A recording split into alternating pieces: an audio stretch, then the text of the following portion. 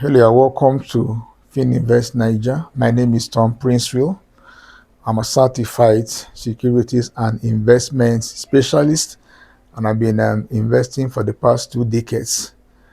In this particular presentation, I would like to highlight the fundamental analysis of Cornerstone Insurance Plc. Cornerstone Insurance Plc is a company in the insurance sector of the Nigerian stock market, stock exchange. And so we want to look at the company's revenue as indicated here. The company had a revenue of 38.669 billion naira in the year 2024, 38.669 billion naira in the year 2024, as against 52.949 billion naira in the year 2025. There's an increase here from 39 billion approximately to 53 billion naira, approximately, which is quite commendable. All right. So we are skipping these two sections, the gross profit and operating profit, because in a typical insurance financial statements, you don't come across gross profit and operating profits. They are not applicable in the insurance and financials actually. So that's why these particular areas are blank. All right, remains blank. So we now go to the profit before tax. The company's profit before tax here for the year 2024 was 28.619 billion naira. 28.619 billion naira as against 9.107 billion. All right, look at it here. This is about 29 to 9. All right, so there's a decrease of about 10 billion naira.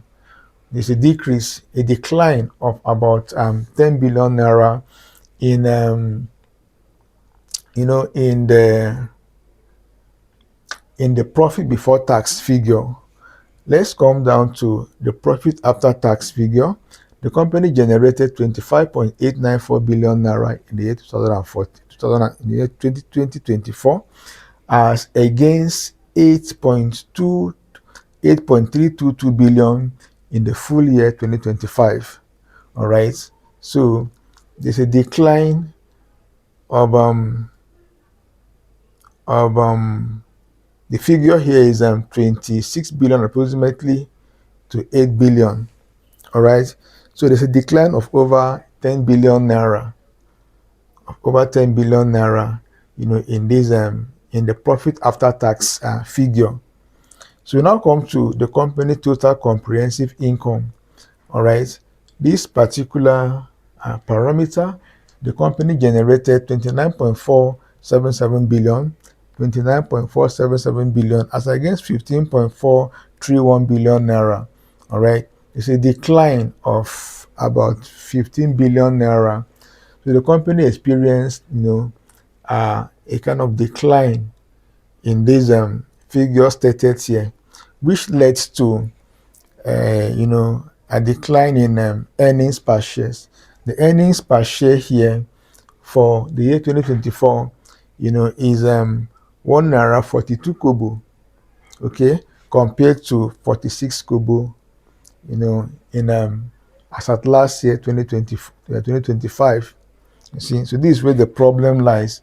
Whenever you come across a decline of this nature, it's telling you that the company share price will not gain traction, all right, in the future. This is what controls share price, and this is what equally controls the dividend the company pays out. This is what governs dividends. All right. So in this case, a decline from 1 naira 42 kobo to as little as 46 kobo, which is a decline of about 1 naira, thereabout. And so it's going to affect the company's performance, share price wise, and also will equally, affect the dividend the company will pay out, in the future. And so when you carry out fundamental analysis, these are the most important figures you take into consideration. A decrease in earning per shares, is not a good sign at all. But an increase in earning per share is quite commendable.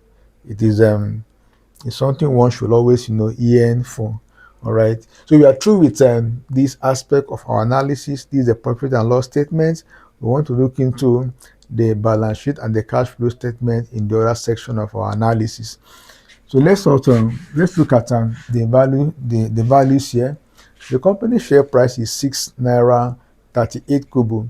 6 naira 38 kobo is the company share price, and the shares outstanding is given as 18.17 billion naira. 18.17 billion. That's the number of shares outstanding. And usually, the larger the number of shares outstanding, that will negatively affect the company's earnings per share, because you're dividing the earnings per the number of shares outstanding. The smaller the number of shares outstanding, of course, is going to, act positively, on the earnings per share. So we look at the company's market capitalization, which is given as 115.9 billion naira.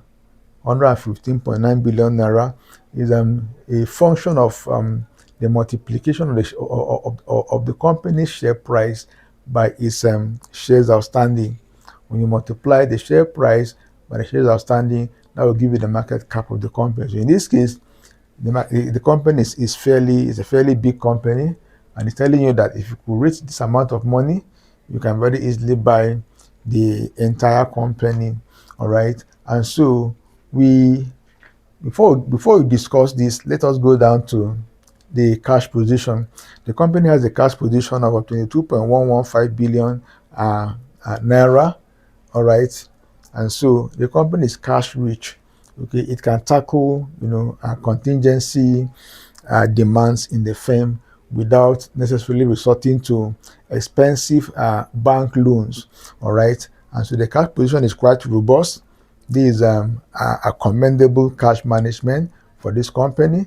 And then we look at the company's equity. The equity here simply means the shareholder funds.